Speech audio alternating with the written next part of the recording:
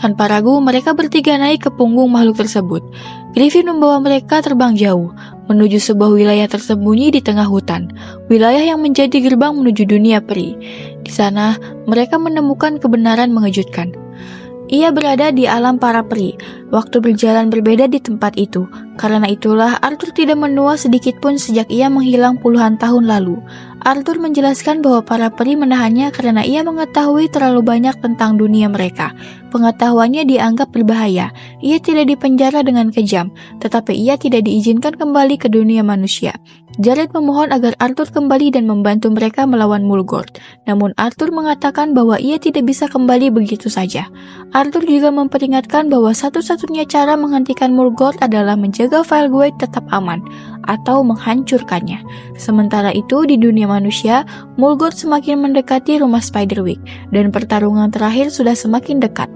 Setelah mengetahui semuanya, akhirnya mereka kembali ke rumah.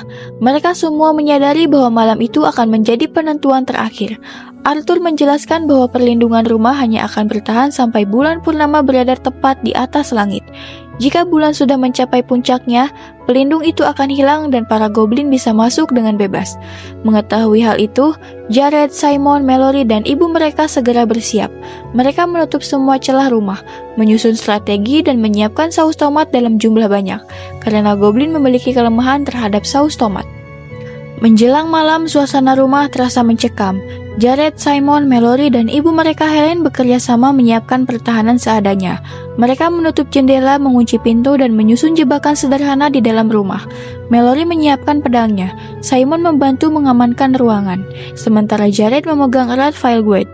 Menyadari bahwa buku itulah pusat dari semua kekacauan ini, mereka juga menyiapkan banyak saus tomat. Karena dari pengalaman sebelumnya, mereka tahu bahwa goblin sangat lemah terhadap cairan merah itu. Ketika malam benar-benar turun dan bulan purnama bersinar tepat di atas rumah Spiderwick, lingkaran pelindung perlahan menghilang. Dalam hitungan detik, suara geraman dan benturan terdengar dari segala arah. Goblin-goblin memanjat dinding, merayap melalui jendela dan menyerbu masuk dengan brutal. Rumah yang tadinya sunyi berubah menjadi medan perang. Mallory bertarung dengan penuh keberanian mengayunkan pedangnya untuk menghalau goblin yang mencoba mendekat. Simon berusaha melindungi ibunya, yang kini akhirnya melihat sendiri makhluk-makhluk itu dan sadar bahwa semua yang dikatakan Jared selama ini benar adanya. Serangan semakin brutal ketika goblin berhasil masuk ke dapur.